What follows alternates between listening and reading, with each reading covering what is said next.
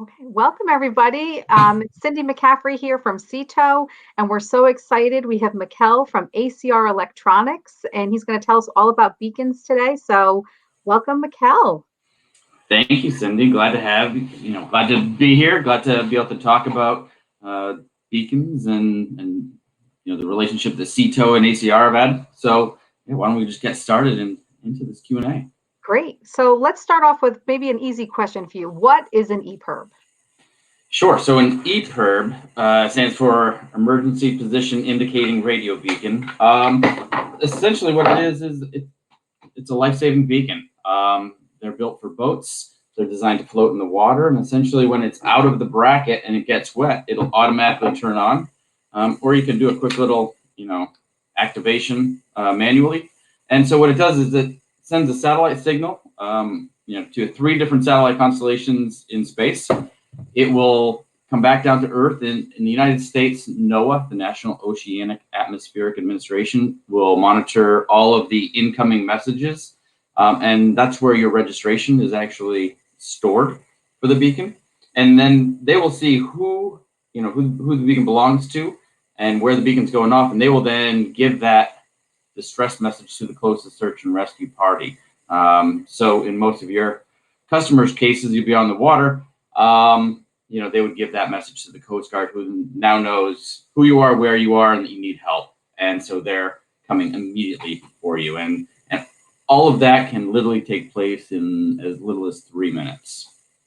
Wow, that's good information to have. So many people may say, really, what's the difference between an EPIRB and a PLB? Yeah, so great question. The personal locator beacons are the smaller handheld versions of an EPIRB. There's big size difference, and that size difference comes with 2 different, aspects: buoyancy and battery life. So an EPIRB will work for a minimum of 48 hours at -4 degrees Fahrenheit, whereas a personal locator beacon will work for a minimum of 24 hours at 4 degrees Fahrenheit. While our PLBs also float, they don't float like an EPIRB. An EPIRB will float in the water in a transmitting position. You can, undo the strap, tie the lanyard to your life jacket, or if you're lucky enough to have a life raft and you need it, tie it to the life raft, and just let the beacon float in the water, do its thing. The strobe lights will be going off. With a personal locator beacon, you have to manually activate the beacon, and in a floating position, it'll really be floating upside down. So it's only floating so you can retrieve the beacon from the water, and you're not seeing, your hopes and dreams sink to the bottom of the ocean should you drop it. So you'll want to keep it mounted on your life jacket out of the water. Some people keep it in their hands. If you have the big, the foam jackets, a lot of people stick it kind of right in the collar.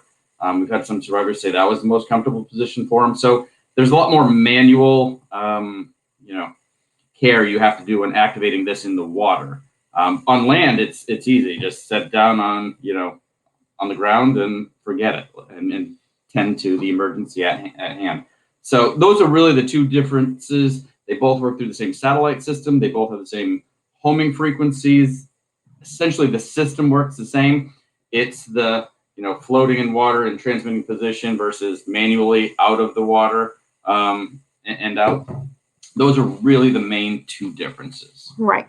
And I know we've talked before, an EPIRB like in a backpack, probably not as convenient, but a PLB in a backpack, definitely convenient. Correct.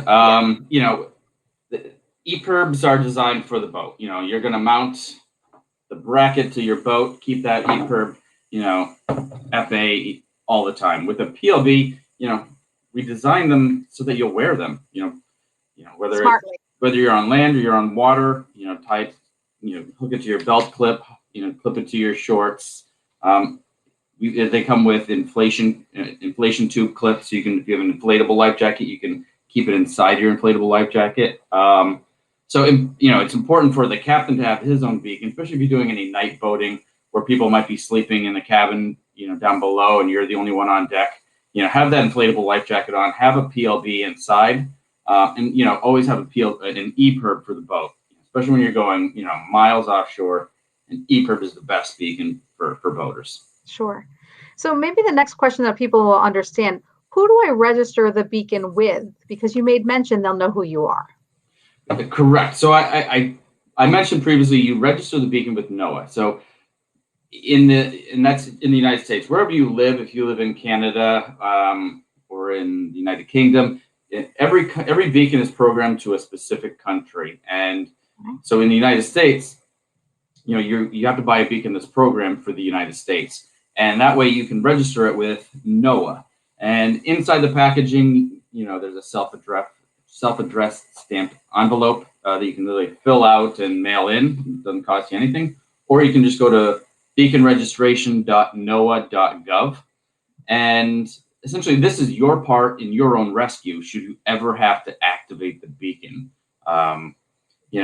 This is where you're giving, search and rescue, who you are, information about yourself.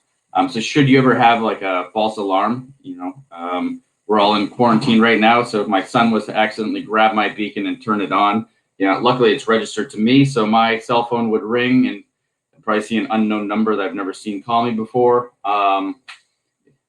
Knowing me, I'd probably ignore it. And then I'd call them back after I got voicemail saying your beacon's going off. And so a lot of those false alarms can be, quickly just extinguished right then and there. And, no harm, no foul. They'll just tell you to be a little more careful.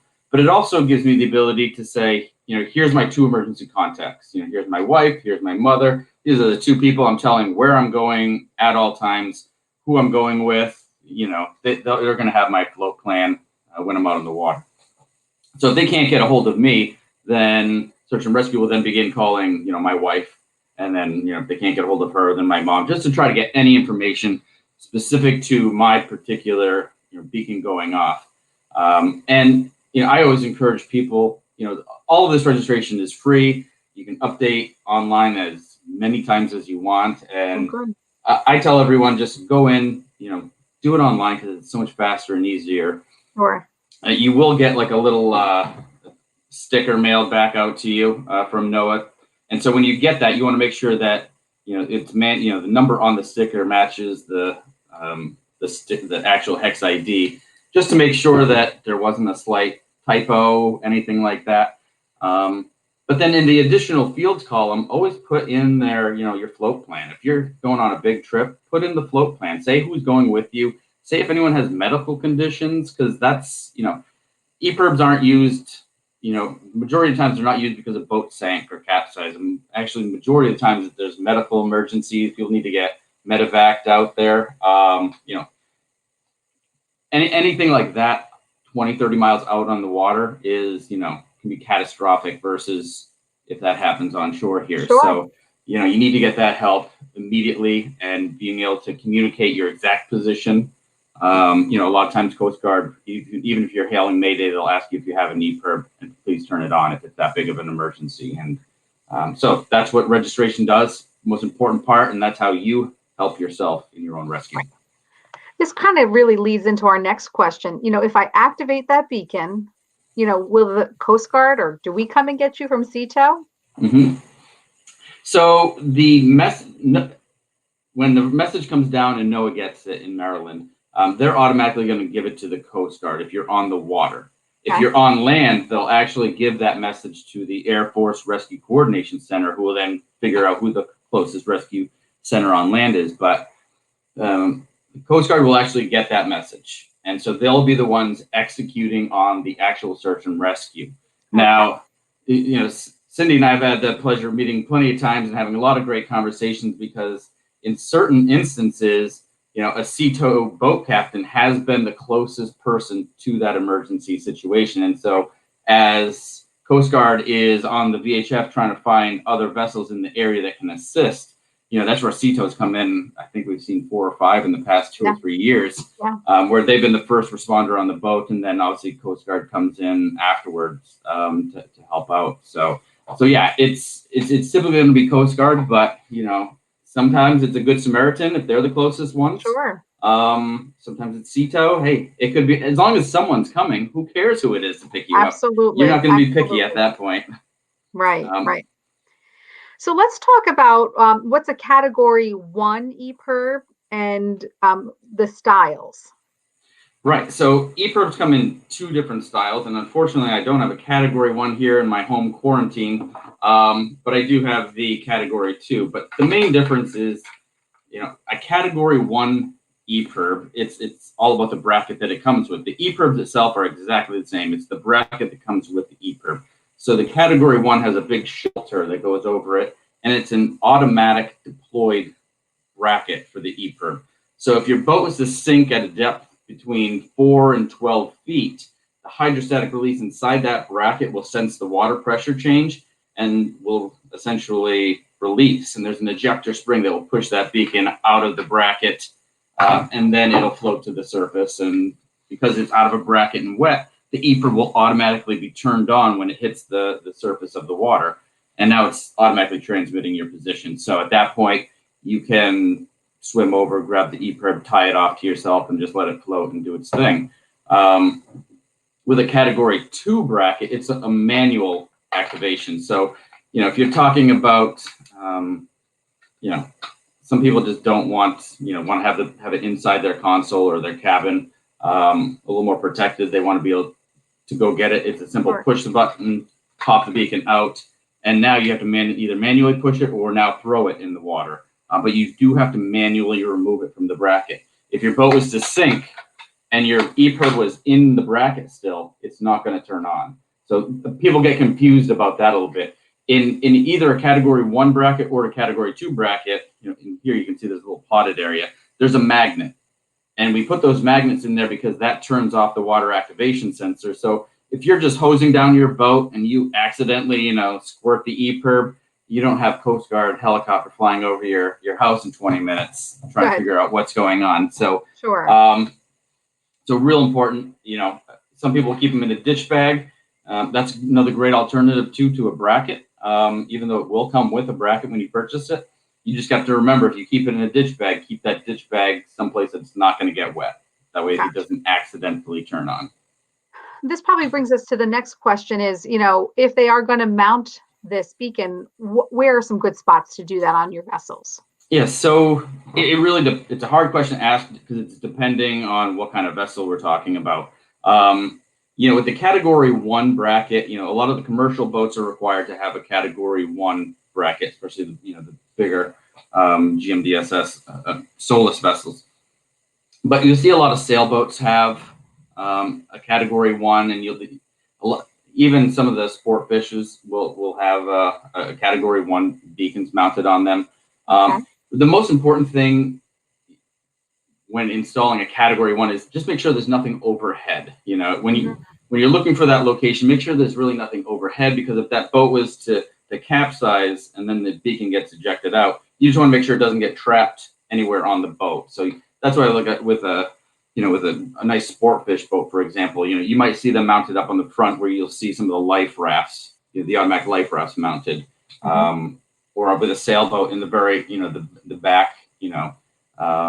When it comes to the Category 2 brackets, they're a little bit more prone to, obviously the weather's going to affect this. So you'll see a lot of people, if it's a center console boat, they'll open the center console door and have it right there. So they can quickly just open the door, grab a beacon, and go. And so you just want to make sure it's someplace where it's close to an exit. So, people coming out can just automatically grab that. But also someplace that it's not in your way, because you don't want to be in your way and then say, all right, let's move that beacon and let's just store it in a locker. And now you're having an emergency on that boat, and you're like, where do we put the beacon? Here's the beacon, right. And the worst is when people realize, we forgot to get the beacon, and then they swim under the boat. If it's just capsized to try to retrieve it, nothing gets more dangerous than that. Right. So keep it someplace at an exit point where you can easily grab it. Sure. Next question. Do these beacons require a subscription? They do not require a subscription at all. And that's one of the real beauties behind EPIRBs and PLBs, because we're using a government-run satellite system, and there's multiple countries around the world that have funded this satellite system. It's called COSPAS SARSAT. There's 3 different satellite constellations. There's a low Earth orbiting, a mid-Earth orbiting, and then a geostationary. So at any point on the world, at any second, there's a satellite overhead that's listening to you. And so because we pay taxes, that's essentially what, how NOAA gets funded for there and Coast Guard gets funded. So there's no subscription for you to pay for. Once you buy the beacon, your only responsibility essentially is to register it.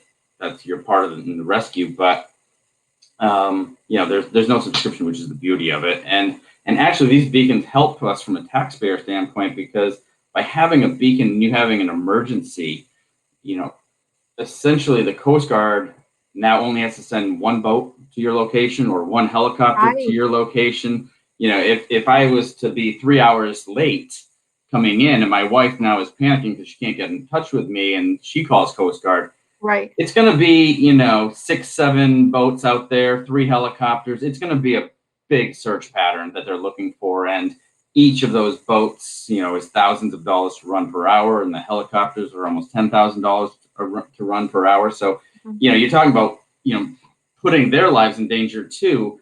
I'm not just sitting here trying to sell beacons. I'm saying, you got to think of the Coast Guardsmen as well, or even some of the SeaTow captains, because they're out in these terrible, waters as well, towing people in and stuff. And so for them to go out, accidents typically don't happen on the most beautiful of days. It's usually, when storms come through and life gets real.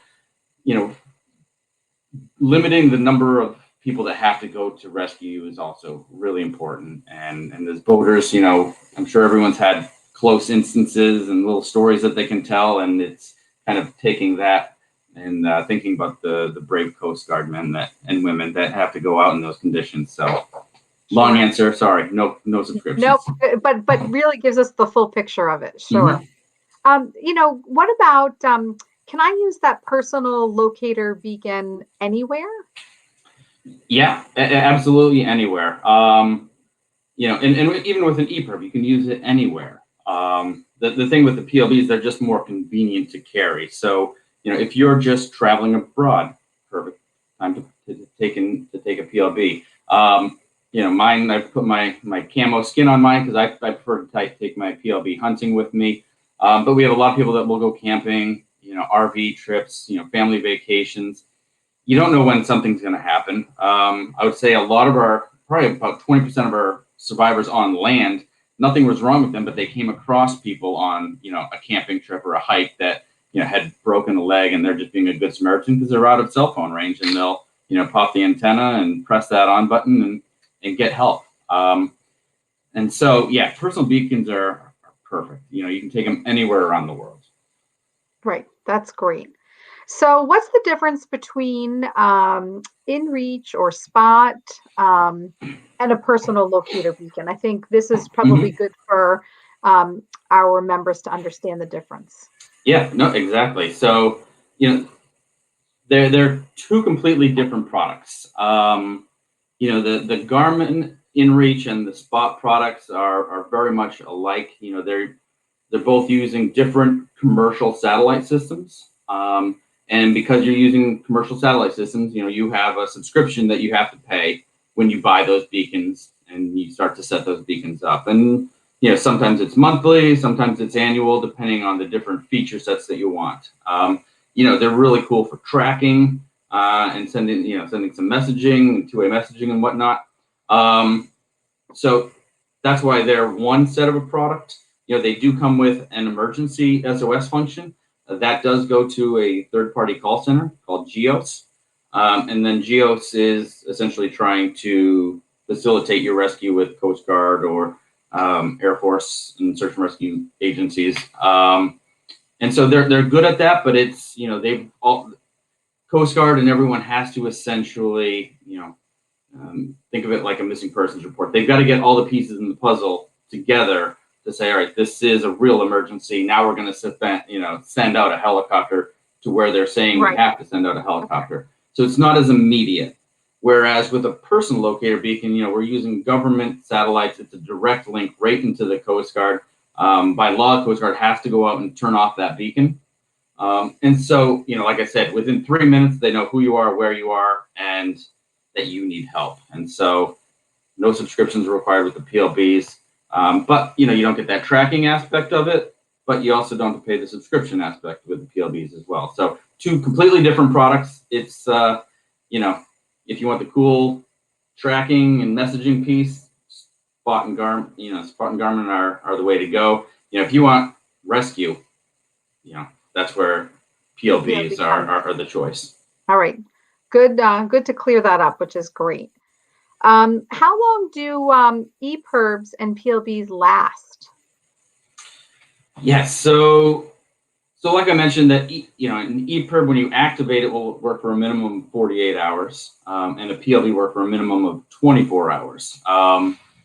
So that's when you actually push the buttons, and that's at -4 degrees Fahrenheit for both of them. So, you know, we're lucky enough to be down here in South Florida today. You know, it's a level 80 degrees, so that temperature and the water temperature is actually going to allow the battery life to be expanded. Longer. So you're going to get extra battery life. You know, we have to do all of our testing and our marketing at the worst, kind of like the worst case scenario from a marketing standpoint.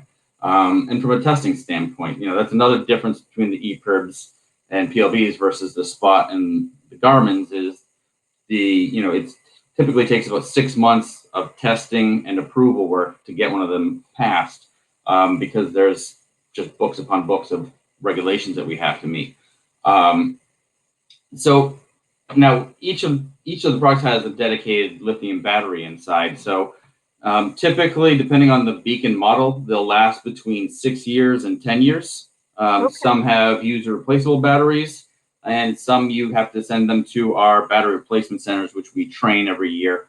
And you know, everyone thinks it's like a battery replacement, you know, like you're changing a remote, you know, your TV remote. But really, you know, these beacons have one purpose in life, and that's to save your life. So think of it more like a tune-up for your car.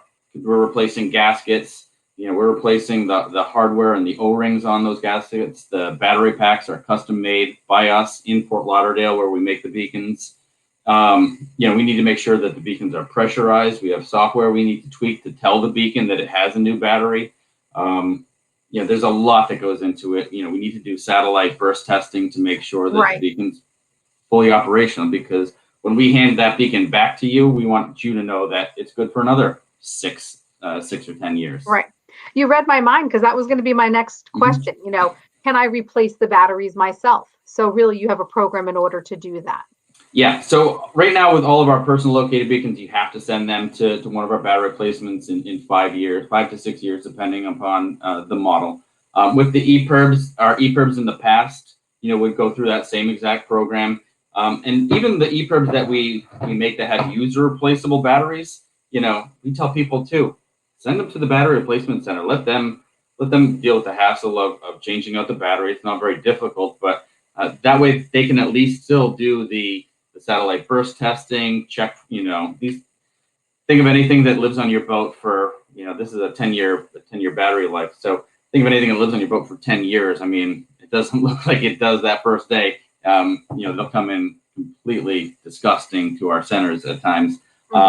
So you know, but someday you're going to rely on that beacon. Well, hopefully you don't have to, but someday you might rely on that beacon to save your life. So you just want to make sure that someone that's been trained has a keen eye to look at it and make sure it's working perfectly.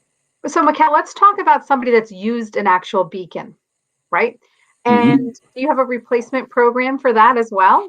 Yeah, exactly. Great question. So we created a program called Survivor Club, and you know, if you go to survivorclub.com, or if you just go to ACRartex.com, and you click on survivors, you can see, I think we have about 250 different stories in there of real life survivors who activated their beacon in an emergency. And they tell us, you know, exactly what happened, you know, from the weather conditions to what happened, what part of the world they were in, who came to the rescue. So some of them are really short. Some of them are, you know, like an encyclopedia, but they're all great. And so we have that great survivor network. One of the cool things we did with our new PLB was, you know, we went and talked to some of the survivors that used the previous version and said, what did you like about the product? What did you not like? What could we make some improvements on? And so simple things like where we have the antenna clipped, where we keep the positions of the button, having the digital display on the beacon. These were all things that our survivors came to us and said, add these.